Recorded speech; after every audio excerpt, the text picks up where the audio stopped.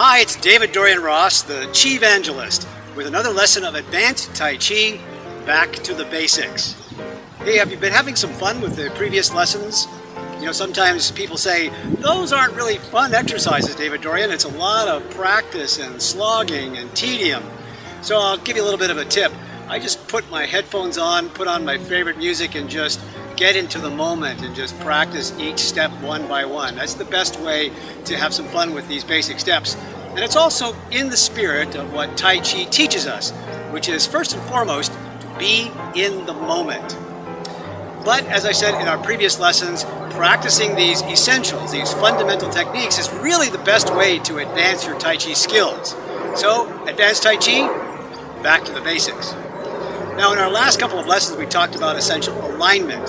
And in our last topic, we were talking specifically about keeping the torso, what we call the 6-point alignment, where the foot is right underneath the hand, the wrist is right in line with the shoulder, the elbow is right over the knee, and the knee is right over the foot. These are the 6 points of alignment. As you move, as you rotate the torso, as you go from position to position, you want to keep this basic alignment in place all the time. So it's called the liu he, 6 points of alignment. Moreover, as you hold your arms out in space to do the various techniques, you want to keep a little space underneath your armpit, as though you were holding a duck egg, I always say. You know, something to give a sense of space and openness, but not allow yourself to collapse either.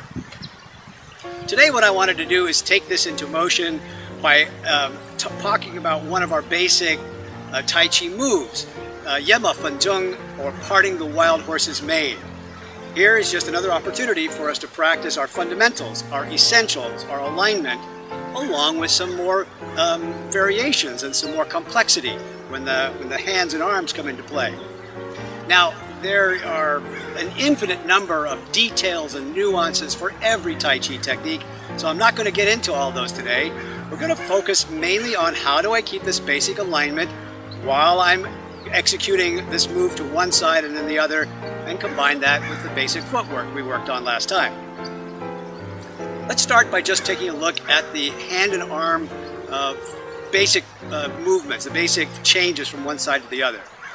It all begins with an embracing the moon posture, holding the ball position with one arm on top. In this case, as you're facing me, this would be your left arm on top, my right, and my left hand, your right on the bottom.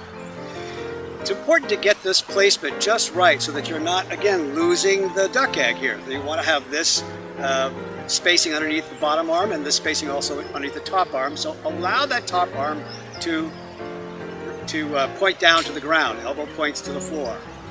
And moreover, again, knees in line with elbows. So you don't want them too far out here, nor too narrow, right? If you're in the right posture, your knees are going to be right underneath the elbow points right there.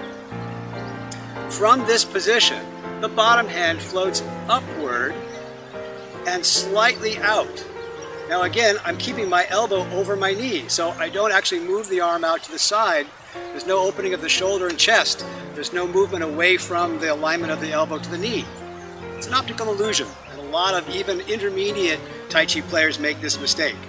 So as I open up here, notice the actual motion. Hands rise upward, then articulate slightly outward, but the knee and elbow stay in alignment. When I go into my bow step, as I'm going to do in a moment here, even when I step out, that elbow is still lined up over the knee. And in the final position, even though the arm looks like it's still moving, it's spiraling, it's rotating. It's not opening from the shoulder. Okay. Now to go into the next position, to go into the next change, I want to go into another hold the ball, but how do I get there? Right? Again, I don't want to lose the duck egg. I don't want to lose my 6-point alignment. So in fact, what really happens is I draw my elbow right over my knee and spiral again. Spiraling that hand around, but at the same time, turning my torso to face the arm. That's what gives the across the body placement of the top hand. Right? So as this hand rotates, coming into the top arm position, the bottom arm folds under, and it comes along with the torso rotation. Right? So I'm not really moving my arm, I'm moving my whole body into this position. So from the end of one parting the horse's mane position, I step up, rotate, move this arm into position as my body turns. And now I have a new hold the ball, a new embracing the moon position. As I step out, the arms lift up, elbow draws over the knee, and spirals to extend. Here's how it looks in combination. Let's just watch that part for a few steps.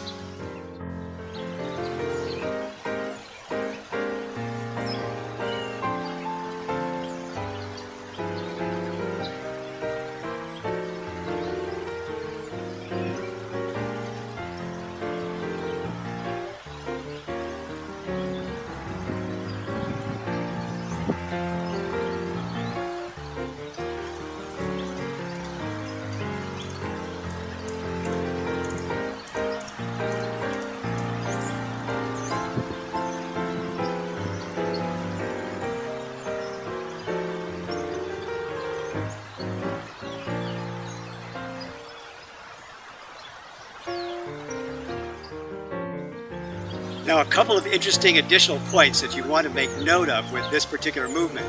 Number one, there are some new rules or some variations of this basic 6-point alignment. Previously, I talked about the head being the top part of the spine and staying in a neutral position.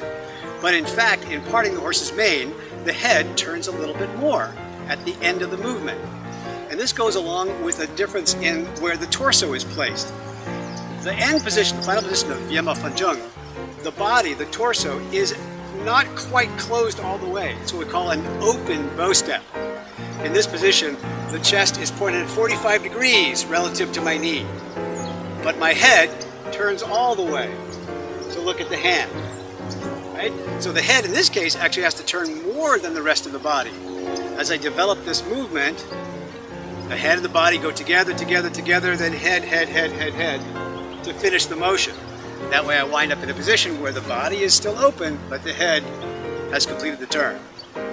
All right, now what we want to do is put this whole thing in motion, combining both the hands, the body, the head, and the footwork. And it will look like this.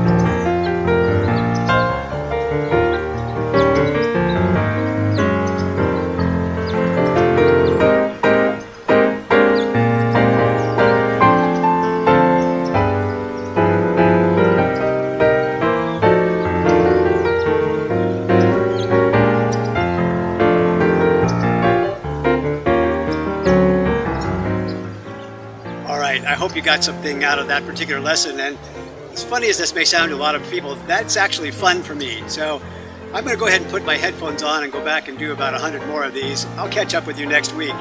In the meantime, don't forget what I always tell you. Tai Chi was meant to be played, not worked. So go out and have some fun with this lesson, and I'll see you in the next class.